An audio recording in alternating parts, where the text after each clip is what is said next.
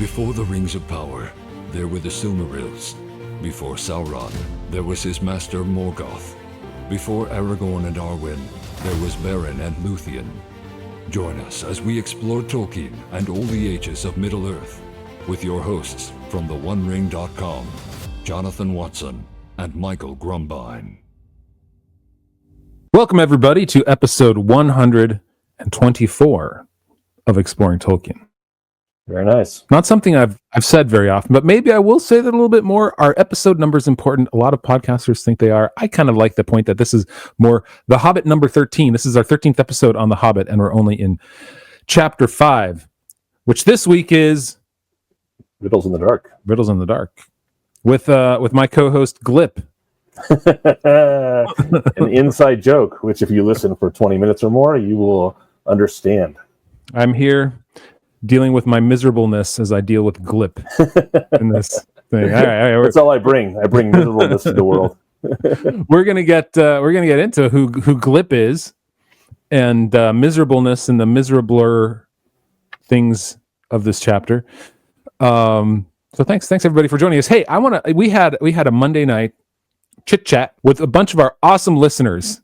Everyone else is just a listener. These are our awesome listeners.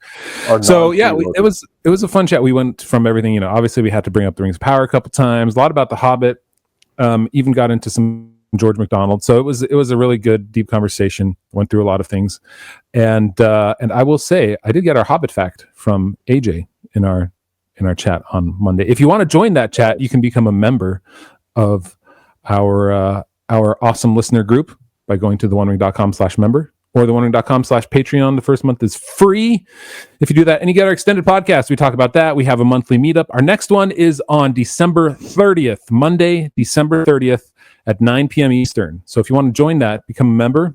Hey, look, if you do this after November 30th, you can become a member for a month free and just join it and not pay anything. You can game the system. Mm-hmm. I don't care, you guys. So that's our next live stream, you said? Next membership chat talk online member meeting. I don't know. Is there a name for that? Do we have a name for that? Our monthly meetup.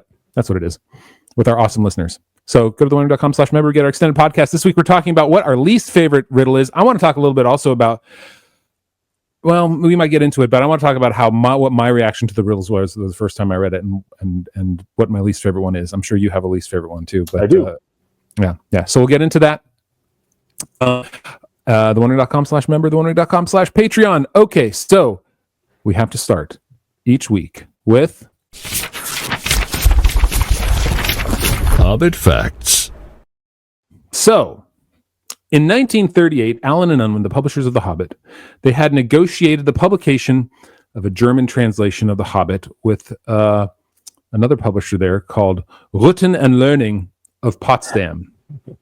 Yeah, I do. I speak a little bit of German. They asked if Tolkien was of Aryan origin, which Tolkien was kind of disgusted by, right? Yes. So, and I'll get to the fact eventually. So he responded with quite a biting letter. Apparently he had 2 copies. He sent 2 responses to Allen and Unwin to send back to them. And the only one that survived was apparently the more strident letter, which it was known for this here, this phrase, this one thought, which he wrote in it, which is, but if I am to understand that you are inquiring whether I am of Jewish origin, I can only reply that I regret that I appear to have no ancestors of that gifted people. So he hated, right? Tolkien is a German name, and he hated the idea that they had to ask him, "Oh, are you Aryan? Do you have any Jewish blood in you?" And that alone was enough for him to decry that. And so essentially, The Hobbit wasn't published in Germany until 1956 because of that. So 19 years later, they finally got it, and it was under the name Kleiner Hobbit und der große Zauberer, Little Hobbit and the Big Wizard. Is that right? Yeah. Wow. That's exactly, der große Zauberer. Yeah. Apparently, they felt they needed a greater reference than just the word Hobbit, which no one would have known. I know. It would be the same name in English then too, and you couldn't separate it into German. You wouldn't know which one was the German copy and which was the English Hobbit. Or Das Hobbit, der Hobbit. Is it masculine or feminine? Die Hobbit, because they're small. Well, it's probably masculine. So there you go. The Hobbit fact is The Hobbit wasn't published in Germany until 1957 because of Tolkien's disgust with that request, ultimately, that they had to do that. Now, I think that was actually part of the German, like if anything had to be published, they had to prove that there wasn't any Jewish blood in the author anymore, something along those lines. I feel like I read that at some point. Yes, that was part of their code, the German code, publishing codes of the 1930s and 40s. Phew, that's crazy, man. Horrible and crazy at the same time. Okay, let's get into chapter 5 of The Hobbit, Riddles in the Dark. Probably, I mean, really, is this Tolkien's most recognized chapter of anything? Like, probably, yeah. I think so. You could say maybe the Mount Doom scene, but it's secondary. Like Riddles in the Dark is where it all starts, and right. I think people are more familiar, especially given that there are some children that have read The Hobbit and not The Lord of the Rings. And so, anyway, yep, I think Riddles in the Dark, probably the most famous. The most famousest. No, we can't. We'll get into that in a second. All right, do you want to give us a quick overview? We're stopping, by the way. We're stopping where Bilbo says, "What have I got in my pocket?" The end of the riddle game, ultimately. So this is a very easy synopsis to give for this chapter half chapter that we're reviewing, because Bilbo wakes up from being knocked out after falling off of Dory's back. He doesn't know where he is. He's muddled. He starts crawling along the ground. It's utterly dark. He starts crawling along the ground, finds a ring, and puts it in his pocket, and at the same time then pulls out his dagger, small sword for him, Sting, which glows, and by its light he is both comforted and sets off down, trying to find his way out of the tunnels, and ends up in an underground lake. See the background behind me. And he there encounters the creature Gollum. And Gollum, who it is said at the beginning of the encounter was not very hungry, didn't just attack Bilbo and eat him right away, but engages in a riddle game with him. And so the majority of this chapter is about the riddles, and about the description of Gollum, and then about the riddles, and Gollum's and Bilbo's reaction to it. I find it's a very clever dialogue. There's a lot of back and forth, and it really puts you in the shoes, or lack of shoes, since neither of them wear shoes. And for both of them, of the characters. And I think in the very beginning, he says, before Bilbo meets Gollum, he says, "Now certainly Bilbo was in what is called a tight place, but you must remember, it was not quite so tight for him as it would have been for me or you." And he goes on to talk about how hobbits are different. They're underground, they have a good sense of direction, and they're more comfortable. And then he says, "I should not have liked to have been in Mr. Baggins's place all the same." And then he goes on with the story. This, which I've begun to call Dad by the Fire, these interludes where he talks to the reader and says things like, "I should not have liked to have been in Mr. Baggins's shoes, and certainly he was in what you would call a tight place." This is a sign of storytelling that he will eventually abandon in The Lord of the Rings. I'm curious, this, does he abandon it at a certain point in The Hobbit? So I'm going to be watching carefully as we go through. But I can safely say he has not abandoned that Dad by the Fireside style of breaking the fourth wall and talking to his reader yet. So yeah, in fact, I almost feel like this chapter he does it more than any other chapter to this point yet. Even though what we pointed out, I think in the last chapter, it was kind of the turning point into, or I guess in Rivendell, chapter 3, is the turning point into this is now Middle Earth. He added the characters, the fortunate accident of using the name Elrond kind of drove a lot of that forward. But here he directly says to the reader, particularly in between in the riddles, but you would have gotten this already. I'm sure you got this already, right? You would have had the answer, right? It's easy for you. So he says that I think twice. He makes the point that you probably already know the answer. Right. Still very firmly Dad by the Fireside style there, and so that's the mode he's living in. Yep, I agree with you. We're in Middle Earth, clearly. We're no longer just in a rando children's tale. It has geography and things about it that that make it very distinctive and part of the Lord of the Rings. But in this chapter, we're very firmly in the dad by the fireside mode. Yeah, and we're still firmly in Tolkien's ability to simply ignore rules of language for his own benefit, so to speak.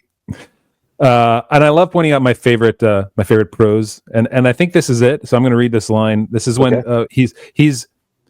Bilbo put the ring in his pocket, and he's thinking about the comfortable things of home. And so Tolkien writes this: "He did not go much further, but sat down on the cold floor and gave himself up to complete miserableness for a long while. He thought of himself frying bacon and eggs in his own kitchen at home, for he could feel inside that it was high time for some meal or other, but that only made him miserabler." And I was like, I love, and it gives it a certain charm, but it also drives home that he's just miserable. Instead of using the word misery or more miserable, it sticks out a little bit more. And the general rule of thumb with adjectives, the one that's perhaps most approved of, I guess, because again, English has no real rules to language. There's no body that says these are the rules to the English language. It's pretty much everybody agrees to this, and now this is what we're going to teach people. So French actually has a language body that defines what is French and what isn't French, and the rules that you're allowed to use with that. English doesn't. And so here, the idea that you add to the word like miserable to create miserabler, the rule is that if it's 3 syllables more, if the adjective is 3 syllables or more, you add more to it. There is no other syllable, like adjective, that sounds fine with 3 syllables and you add to it.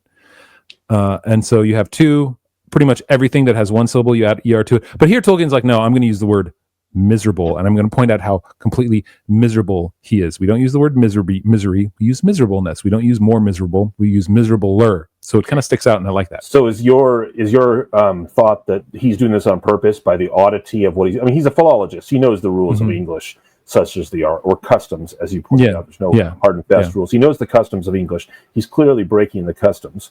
And so in those 2 instances, and you think he's doing it to call out the state of misery, that how much miserableness Bilbo is feeling? Do you think he's doing that deliberately, or do you think he's just having fun with language? I think it's some of both. I think what it's the effect is that the word miserable sticks out more. Yes. And I think that because it's also a dad by the fireside chat, I think the kids like that too. Like, he's so miserable and miserabler. And so I think it's both and. Yes. Yes, when kids are learning language, for those that have children, when they're learning language and they're learning the customs and rules, they call them rules. There are certain rules. I know the rules. But there's no arcane structure, or not arcane, but towering structure like with French. But there's some rules, and there's a lot of customs, and then there's a ridiculous number of exceptions. But the kids, when they hear something that's odd, which goes against the customs or rules, they find it funny. And I agree with you. I think you're absolutely right. That's probably why he did it. And especially it's why he did it because if you read Tolkien, you know how much he loves alliteration. He uses alliteration quite a bit.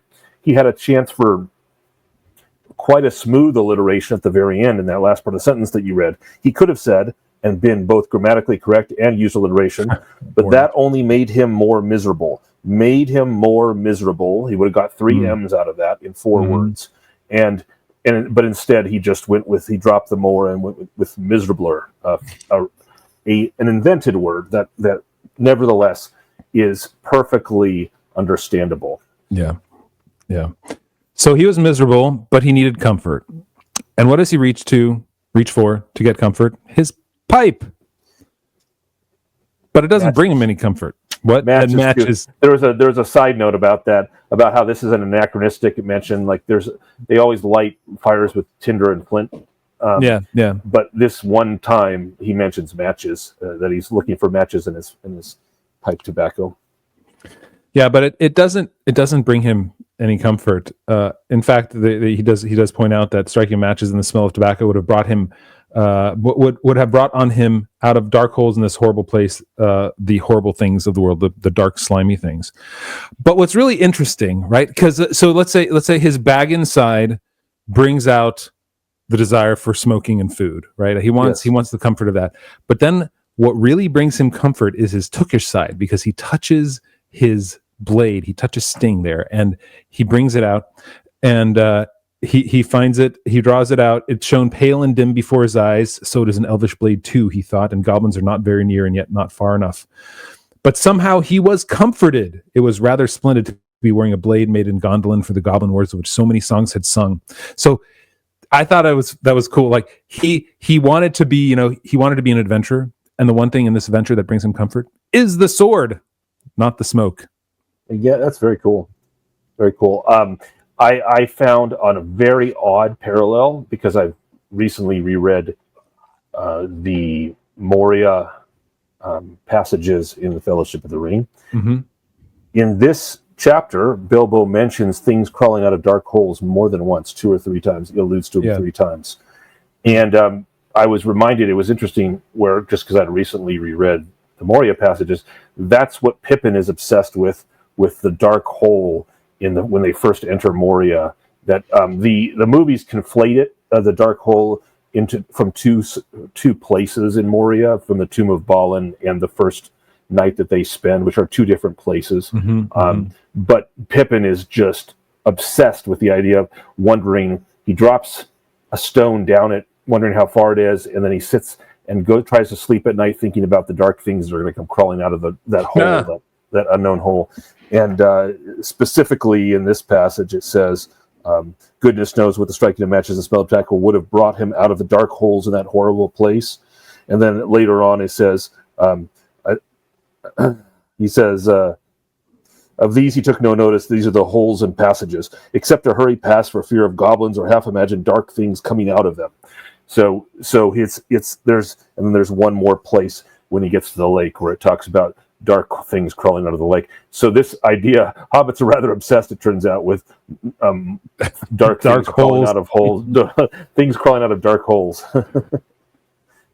Yeah, he's and it's interesting because I think at this point, like, Gollum is one of those things coming out of dark holes, and so Tolkien was okay with, like, we talk about, the dangerous things in the world that had no names yet. And even in the Lord of the Rings, there are the dangerous things in the world that had no names. The Watcher in the Water, that does not have a name other than the Watcher in the Water. We don't. Right, and the unnamed horrors that Gandalf references. That are still at the which I think is a build-up from this passage. Like, Tolkien talks about the fact that there's things down here, not just Gollum. There's other things down here as well.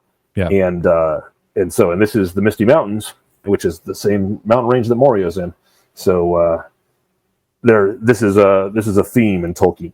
But you just said Gollum, but I don't think it's Gollum. I think it's Glip. Oh, Glip. So this is really cool because I did not know this, but when rereading this and reading the annotated version and all the notes about The Hobbit, it turns out that 7 years before he published the Hobbit, Tolkien, probably 7 years, around 7 years, Tolkien published or wrote a poem about a creature named Glip. And I'm going to quickly, do we have time to read the poem real quick? Yeah, read it. Go for it. It's a great little poem. It has those elements of mystery and fae and monsters that work well in Middle Earth. Mm-hmm. Under the cliffs of Bimble Bay is a little cave of stone with wet walls of shining gray, and on the floor a white bone that is gnawed quite clean with sharp white teeth, but inside nobody can be seen. He lives far underneath. Under the floor, down a long hole where the sea gurgles and sighs, Glip is his name, as blind as a mole in his 2 round eyes, while daylight lasts, but when night falls, with a pale gleam they shine. Like green jelly, and out he crawls, all long and wet with slime. He slinks through weeds at high water mark to where the mermaid sings, the wicked mermaid singing in the dark and threading golden rings. On wet hair for many ships she draws to the rock to die, and Glip listens and quietly slips and lies in shadow by. It is there that Glip steals his bones. He is a slimy little thing, sneaking and crawling under fishy stones and slinking home to sing a gurgling song in his damp hole. But after the last night, There are darker and wickeder things that prowl on Bimble rocks at night. Which is really cool. You see all the elements from the glowing pale eyes to the thin, slimy little. He even has golden rings, although it's the mermaids that are threading golden rings. But fishy stones and living in a hole and coming out to kill. And the gurgling song and the gnawing bones and sharp white teeth. I mean, this is clearly Gollum, or Gollum in an early iteration. So pretty cool. Yeah, I like that. I mean, again, we go back to this over and over again, and I'm sorry, guys. This is not. People have claimed that we don't like The Hobbit. This is not us not liking The Hobbit. This is us saying that this is not part of Middle Earth. Tolkien created this story for his kids, and Glip was something he already had and something he already liked. And we'll see in the Riddles he did the same sort of thing, but he had a character that would fit so well into here. And so as he was piecing this together, this is what came out. Exactly. So we meet Gollum. Yeah, go ahead. Yes, I just said this is the work of the imagination. This is the way Tolkien goes. Yeah. And so we meet Gollum, and what struck me in how he describes Gollum. Now, if you think and you look at a lot of modern writers, a lot of current day writers, when they meet a character, they tell you he sat there with long blonde hair and blue eyes, his gnarled hands on his shabbily dressed legs. Right? It's a vomitous dump of information about this character that they tell you, right? It's really amateurish when you go to it. And the way Tolkien describes Gollum was a way that lets you find out what Gollum is like by telling us what Gollum does. So I'm going to read his first introduction of Gollum and point out that this is an expert writer and story builder and character creator at work. Deep down, here by the dark water, lived old Gollum, a small, slimy creature. I don't know where he came from, nor what or who he was. He was Gollum, as dark as darkness, except for two big round pale eyes in his thin face. He had a little boat, and he rowed about quite quietly on the lake. For lake it was, wide and deep and deadly cold. He paddled it with large feet dangling over the side, but never a ripple did he make. Not he. He was looking out of his pale lamp-like eyes for blind fish, which he grabbed with his long fingers, as quick as thinking. So we get this dark, evil vision of Gollum, right? We don't hear how many teeth he has. We learn about that later. We don't hear about how much hair he has. It doesn't really matter. But the darkness, the evil of Gollum, right? He's already not just a dark, evil fixture. He's a picture of a character. He is a sinister, critically witted character who has long fingers that get the right. He grabbed with his long fingers, as quick as thinking. So by saying as quick as thinking, it's pointing out, one, he didn't have to think about it, but his thoughts were quick. And so I love how he describes Gollum without giving us a rundown of all his features. And so what's interesting about that is we don't know the size of Gollum. We don't know is he small or large? We don't really find out. And so what's interesting about this, initially we don't find out. He does say initially a small slimy creature that was added in the 1966 edition of The Hobbit. Right. That line, the small slimy creature, wasn't there. And the editor thinks that it was added because there were a bunch of illustrations out in various versions which showed Gollum as a towering monster, a troll-like creature, basically. So they thought Tolkien wanted to clarify. So he added the word small. So that's it. But I love what you said, because Tolkien it's that art of describing with just enough adjectives. It's not that he uses no adjectives. He talks about his pale eyes. He talks about his long fingers. He talks about he's dark as dark. He talks about the fact that he's slimy. Okay, and small. These are descriptors. They're giving us a picture, but they aren't trying to paint a photograph. I feel like today authors have a desire to try to fill out a photograph in your mind when you're reading a book. It's a screenplay, right? And it's the parenthetical before you meet the character. Oh, right. That's what it feels like. Yeah, that's true. Good point. Yeah, I like that. But here we see what Gollum is doing, and by what he's doing, he's describing Gollum. He tells us about his thin fingers that essentially that kills the fish that he tries to find. He has pale lamp-like eyes to see in the darkness. He's small and slimy there, and he's paddling around the slimy old lake. Not a member of PETA. He liked meat too. Goblin, he thought good when he could get it. But he took care they never found him out. He just throttled them from behind if they ever came down alone anywhere near the edge of the water while he was prowling about. They very seldom did, for they had a feeling that something unpleasant was lurking down there, down at the very roots of the mountain.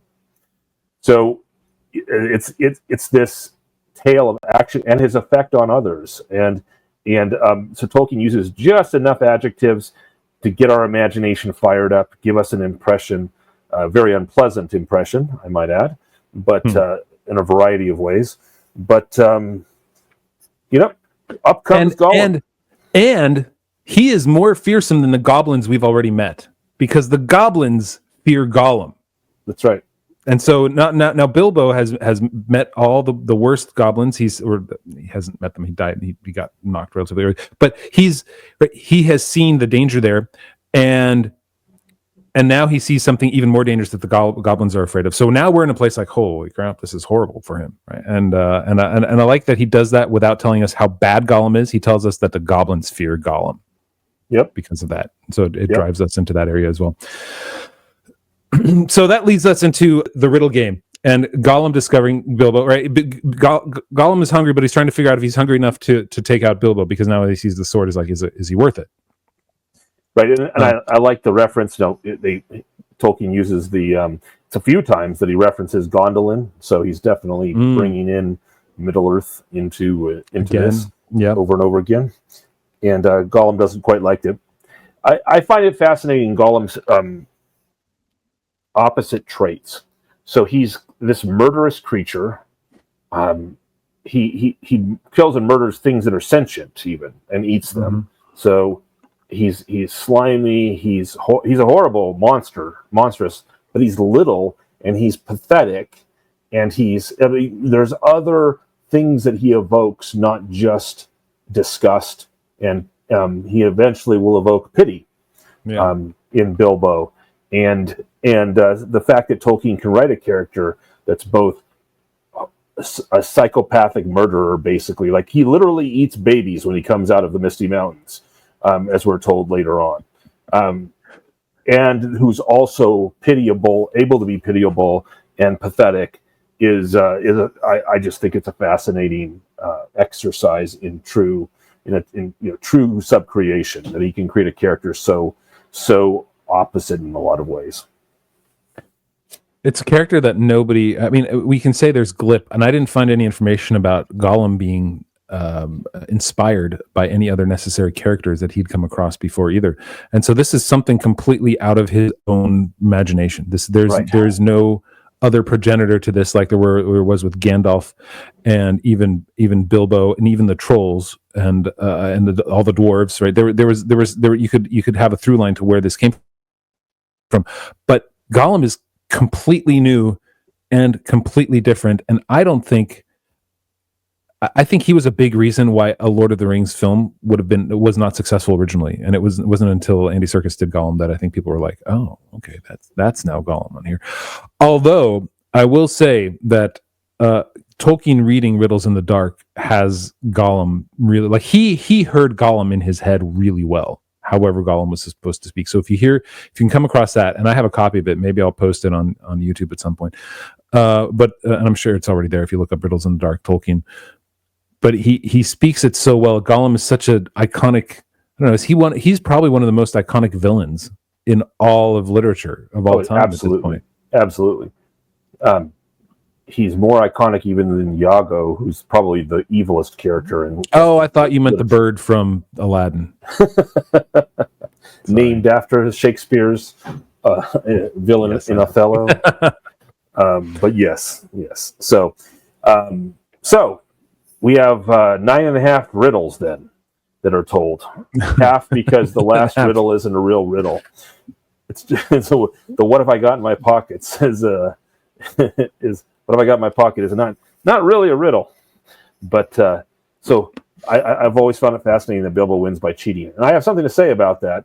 that Me too. that whole passage. So, and I have a slightly different take on it this time than I ever have before, because I always thought about like, well, that sucks. That was dumb. What? Yep. How? Okay, we'll get to that. So, but 9 real riddles first. So the first riddle, I mean, I don't know if we can go through all these here because we'd be here forever. However, one thing to note is a riddle game is something a philologist would certainly do. This is right up That's right. right up Tolkien's alley. He's gonna bring up the things, and these are riddles that even he, like one of them was from a translation that he made that he kind of took and used. And so all of these riddles, well, they're on the author's side, they're things that he knew and things that he could say, and so they're word plays, they're comments on colloquialisms and things like that in his riddles. But what it also does is the difference in riddles also it defines the characters, so that Bilbo's riddles, for instance, they are reflective of him. Like he's hungry. There's a teeth riddle. There's he longs for the sun in the daisy riddle. Right, he's in the dark dankness of that. The egg riddle again. He's hungry. He brings out thing, but he's also after golden treasure. So there's that. And the man sitting on a stool is also eating. Right. So all the riddles are about, I'll have them about him eating. Whereas Bilbo's are Gollum's riddles, they're darker. Right. There's the mountain riddle. There's the wind riddle that pulls things down. There's the dark riddle about like being in darkness, and then there's the fish riddle about that's what he eats, and then the time riddle that kills and devours all things. So there's a darkness to Gollum's riddles, and there's a lightness and an aspiration almost in Bilbo's riddles as a general overall perspective of them. Yeah, I like that. That's good. Gollum's got 5 riddles, and of the 5, 4 of them are rather they're big topics. And Gollum's more of a philosopher than Bilbo is. He's a dark little philosopher, but his riddles are about these big concepts like darkness, physical objects, a mountain, wind, time. The one riddle he has that's more on Bilbo's level is fish, and Bilbo only gets it because a fish flops on it. Bilbo, that's what I found fascinating. Is now Bilbo's riddles are almost all domestic. He has himself. Yeah. He has 4 real riddles, and 3 of the 4 are domestic. They're about teeth, eggs, and a domestic scene of a man sitting on a stool with a fish nearby and a cat. So, and the only one he has that isn't is the riddle about the sun and looking down on the daisy in the field. Yeah. Which I've always found to be the hardest one of all. I've always thought that was I don't think anybody would ever get that, honestly. The fact that Gollum gets that is like beggar's belief, because that's just so removed. Why don't we? Well, let's briefly talk about each riddle. We could probably be here for hours. So the first riddle is the riddle that Gollum says: "What has roots as nobody sees, is taller than trees, up it goes, and yet never grows." Mountain. That one's pretty straightforward. And so, you know what's funny is reading this here, I'm like, I'm horrible at riddles. For some reason, my brain, I just can't think in the way that makes riddle guessing an easy task for me. So reading this, I'm like, come on, guys, there's no way these two guys could have a riddle game and get it so easily. However, I understand it's a book. Yeah. Well, like you said, it turns out they're both philologists, and they have that mind. That's right.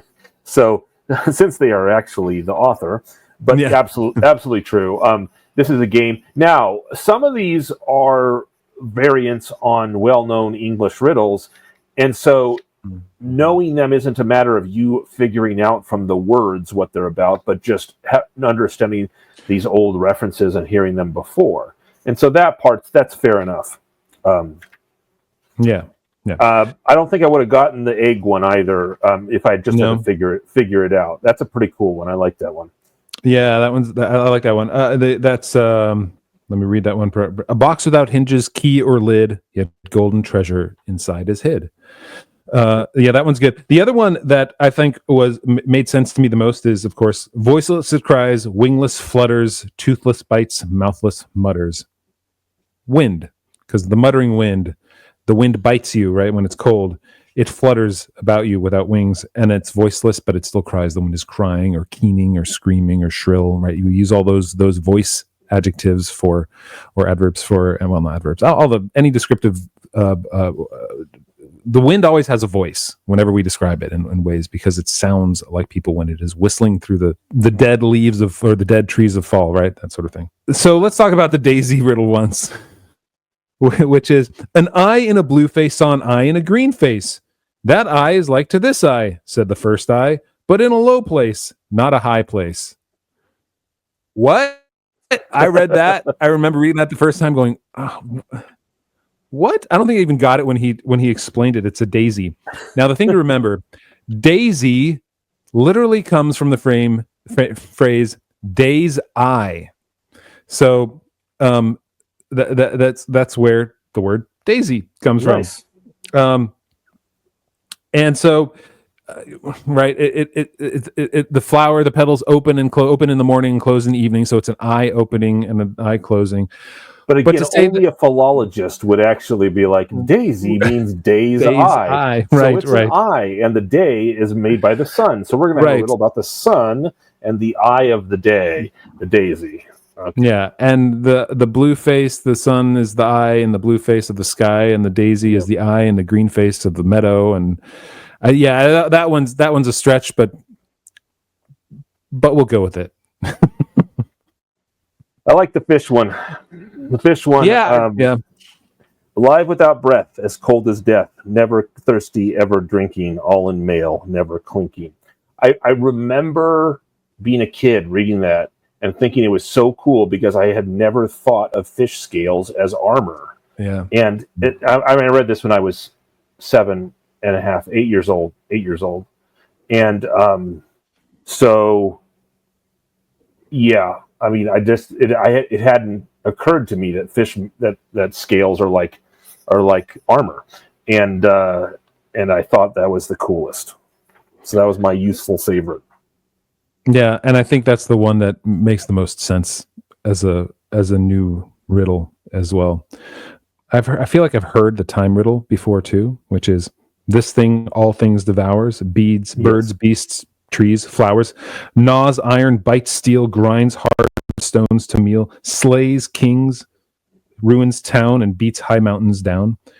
That's time, and Bilbo only gets it because he can't think of it, and he's so frustrated and flustered. All he wants to say, give me more time, and all that comes out is time. He says in a squeaking high voice, his squeal, as Tolkien says. Again, pure luck. So let me ask you this. So talking about all these riddles, he gets 2 of these riddles by pure luck. The fish riddle and the time riddle. So now this comes again to the point of, is this providence or is this just the author? Does Tolkien have a point at this point, or is he just having fun? I'm not seeing the hand of providence in here. I'm not seeing Tolkien tell us about the hand of providence. Tolkien gets very, through the mouth of Gandalf, he gets very explicit, or as clear as possible, apparently, from the mouth of Gandalf about providence. But in this book, not so much. This is the Gandalf of the Lord of the Rings. So here, it's made to look like happenstance. I think in retrospect, you can probably see, because of his world and the way it works, that it probably wasn't happenstance, or it was chance, if chance you call it, as one of my favorite lines. So, I think that's what we always have. This is chance. If chance you call it. Just by chance. Yeah. If chance just you call by it. chance. So yeah, that's the I really think he's just having fun with the characters. Like, he loves, Gollum is hissing and gurgling, Gollum is angry, Bilbo is frightened. He's not just playing with the riddles, he's playing with the characters. The Gollum advances, he comes and sits by Bilbo, he's getting hungry, and so instead of going back to his boat like he keeps doing, he comes and sits by Bilbo for the last riddle or two. And it's a real interesting situation, because in a way it has this sort of fairy tale aspect to it that's different. It's not just an adventure in a fantasy world. It's more like a fairy tale in this regard. The monster, like Rumpelstiltskin, the monster respects the rules of a game up to a point. So you have to play a game with the monster. And the monster abides by the rules for the most part until the very, very end, and he intends to break it, which Bilbo suspects. But all throughout, he isn't just sitting there gurgling and licking his lips and saying a few things and just looking for an opening to throttle Bilbo. He's actually playing the game and trying to answer the riddle and respecting Bilbo when Bilbo gets it right and not just pretending he doesn't. So that's it's to me. This is reminiscent of a Grimm's fairy tale in that regard, where you have something dark and dangerous, but it plays games and it abides mostly by the rules of the game. It tries to twist things, but it abides by the rules of the game. So I see Gollum in that light. Yeah, and what's interesting too, and we'll get into this in 2 episodes when we go over the differences between the original rendition of The Hobbit and the rewritten one that brings it in line with The Lord of the Rings, is that Gollum is much more proper. Gollum is much more willing to lose the game properly and to give him the gift. He is frustrated that he can't find the gift, whereas the whole conversation changes in the rewritten one from Gollum being good to get the gift. Gollum is treacherous, much more treacherous in The Lord of the Rings when he goes to get it. And so they say the same things, but they almost mean completely different things. We'll go into that in the I have much to say there. But in the meantime, between the two of them, we finish with the riddle that's not a riddle. So Bilbo is absolutely stunned in relief by his pure luck, if luck you call it. As Tolkien says, Bilbo was saved by pure luck. That, of course, was the answer. That's when he shouted, "Time, time." So if luck, you call it. If luck, Tolkien calls it. So Gollum was disappointed once more, and it's got to ask us a question, my precious. Yes, yes. Just one more question to guess. Yes, yes. So apparently there's a limit. There's one more. So Gollum has given him 5, and now Bilbo is going to give him his 5th one. Mm-hmm. And the 5th one is not a riddle. It's him. He's trying desperately to think of a riddle, and then he just talks out loud, which here's what I find hilarious. What does Gollum do all the time? He talks out loud to himself. How does Bilbo come up with his final riddle? He talks out loud to himself. He enters into the world of Gollum, and he talks out loud to himself. What have I got in my pocket? And, of course, Gollum mistakes that for a riddle and then demands 3 answers because it's not really a real riddle. But this is what I find fascinating, right? Gollum demands 3 answers because it's not a real riddle. But what does that tell you? Gollum doesn't say, that's not a real riddle, you lose, and then go for the throat. Gollum says, Gollum still wants to play the game. So he's like, that's not a fair question. It's not a real riddle. So you have to give me 3 guesses, which it's fascinating to me because it's the desire of the monster to still play the game. It has to just vary. It gets a cheat code on the game because the question wasn't fair. But I find that fascinating, that whole desire to continue to play the game. What's interesting too is that when I read this time is that the thing that Gollum says right before Bilbo says, "What have I got in my pocket?" is he says what you read. It's got to ask us a question. He doesn't say you've got to give us a riddle. You've got to ask us a question. So he asks him a question. Distinctly what he says out loud. I didn't catch that. So, good. Yeah, so I guess technicality. He's out on a technicality. He got both feet in bounds just barely, even though he might have been bobbling the ball just a little bit. Right. But Gollum says to him, "Not fair, not fair," and I'm like, yeah, I kind of agree with you. It's still not fair. Yeah, it's kind of not fair. But Gollum doesn't say not fair. You've lost. He says not fair. Now I get 3 guesses. Yeah. He still brings it back. It's a little like Calvin Ball. Calvin and Hobbes. The Calvin Ball is where you make up the rules as you go along. And didn't know that. Calvin is playing with Hobbes, or pretend playing, because Hobbes is, of course, imaginary. But Calvin Ball is this game where you just, as the game goes along, the rules get made up and they get more interesting and more violent usually. But this is a little bit of Calvin Ball going on here. So the rules change. Let me ask you one other question about the riddle game and how Tolkien portrays it. Is that twice in here, we touched on this earlier, twice in here he encourages the reader by saying that, of course, we know the answer already. why do you think he does that? Why do you think he says, and I don't have an answer, I'm just looking to discuss this, is why do you think he puts that in there? Because it's not necessary. Is he trying to encourage us and saying like, yeah, I know this is hard, this is a difficult riddle, but you probably know it already? Or is he there like, nah, this is really simple, I'm a philologist and I don't really understand that you guys wouldn't get this, but it's pretty simple anyway. It always struck me as a little bit of embarrassment, like I put in a simple riddle in here. And so he's kind of covering for himself, saying, I know you probably know the answer already. This is a simple riddle. On the other hand, it might not be that. It might just be him falling back into his dad by the fireside mode, where he's remembering that he's talking to his children. And that's the way he tells his story. So he's got to have fourth wall breaking dialogue from time to time. And like you pointed out, in this chapter, that's what he does. Yeah,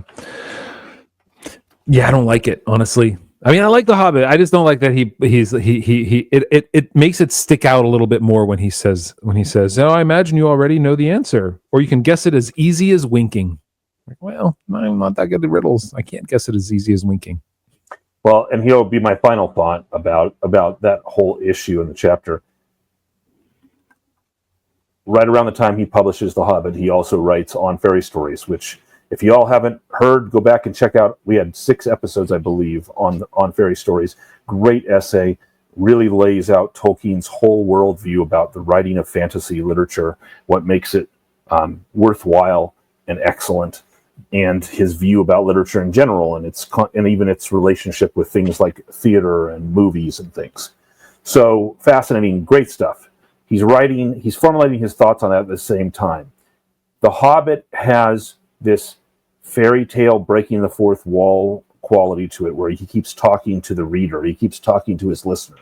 Yeah, we don't like that. Why don't we like breaking the fourth wall? First of all, let me point out, when I say we, I'm just talking about as a general tradition in the West now. We think it ought not to be done very often, if at all. However, let me point out, it was an English tradition. Like, it was a Greek tradition. They had the chorus speaking to the people watching the play. It was a Shakespearean tradition. Sometimes characters would turn and speak to the audience occasionally in Greek. I'm sorry, in Shakespearean tragedies and in comedies. I think more so in comedies, but nevertheless, but even in tragedies, you would speak to your audience from time to time. So this is a tradition. So why don't we like it? I think the reason we don't like it is related to the reason that Tolkien talks about when he describes what a fairy story is. It's subcreation, where the goal is to put your reader in a different world, to really draw them fully in their imagination. But when you break the fourth wall, you necessarily step out of that world. You point out, this isn't a real world. I'm just telling you a story. And so there's a part of us that doesn't like that. And I'm with you on that, and I think that's the reason. Yeah. I concur. That's a great way of putting it, is that it draws us out of the world and into ourself more, and it makes us remember that we're just readers of the story, and not participants in the story. But by reading it, you necessarily participate in it because you are creating it in your head. And when he points out like you're a reader, it removes that creative aspect of it. So yeah, I like that. All right. One last comment to make. Tolkien was asked by his publisher at one point, by somebody, they wanted to reprint these here, and they're like, "Yeah, they're riddles. You lifted these from somewhere. We're going to go ahead and publish these." And he's like, "No, you're not. It's not true, because they are all my own work." He wrote this in September 1947. He said, "They are all my own work except for 30 White Horses, which is traditional, and No Legs," which he still rewrote somewhat. "The remainder, though, their style and method is that of old literary but not folklore riddles. They have no models as far as I am aware, save only the egg riddle, which is a reduction to a couplet of longer literary riddle, which appears in some nursery rhyme books, notably American ones. So I feel that to try and use them without fee would be about as just as walking off with somebody's chair because it was a Chippendale copy." That's a brand of chair, we're not talking about. Yeah, okay. "Or drinking his wine because it was labeled port type. I feel also constrained to remark that Sun on the Daisies is not in verse any more than No Legs, being but the etymology of the word daisy expressed in riddle form." So, yes, he still made the riddles. He was inspired by things, but They are his, and nobody's going to say, I'm going to add your riddles to my book of riddles and not give you any license or credit for it. No, he needed that license and credit because they were his own. Yep. So there you have it, the riddles. All right, next week, guys, we're going to do the last half. There's still a lot to go over in this last half. But actually, next week we're taking a week off because of Thanksgiving here in the U.S. So we will be back in 2 weeks, and then we're going to go into the differences between the original version of The Hobbit, Chapter 5, Riddles in the Dark, and the Lord of the Rings-ified version of Chapter 5 of The Hobbit, and talk about the differences and how it does change the character of Gollum in a very real way, too. Yeah. There's some fascinating stuff. Yeah. All right. So, on to that. We're going to get into our members block. We're going to talk about our least favorite riddle. Okay, again, guys, I want you to know, I like The Hobbit. It's simply easier to be critical about the things that we're critical about. I still love, like we talked about miserable and miserabler and miserableness. I love that. That's what I love. And to me, the reason that I always love The Lord of the Rings is for the world he creates and the way he uses language. And that is greater and more impactful in my own reading than any dislike I have of how he portrays riddles and things like that. So I just want to be clear. Don't get on me because you think I dislike The Hobbit because a couple of the riddles rubbed me the wrong way. If I liked everything in here, I would have written it. I just want to say that because I've gotten some comments about it. And it's definitely not because we're more miserable than all the other podcasters out there on Tolkien. No. Definitely not. No. Look, and I come from a critical place, and for me to love The Lord of the Rings and The Hobbit and as much as I do is actually pretty impressive because I'm really critical about the things that I read. I mean, I go to church and I listen to the lyrics and songs, and I just can't sing some of them because critically I find them really dumb and really like improperly made, and the rhyming is too slanted for my own like. So anyway, there you have it. We'll move on. Well, to our extended portion. Here's Glip saying goodbye. But extended portion, we're going to talk about the riddles we don't like and what our first reaction to it was. So Glip, sign us out. All right, here's Glip wishing all you freeloaders happy Thanksgiving.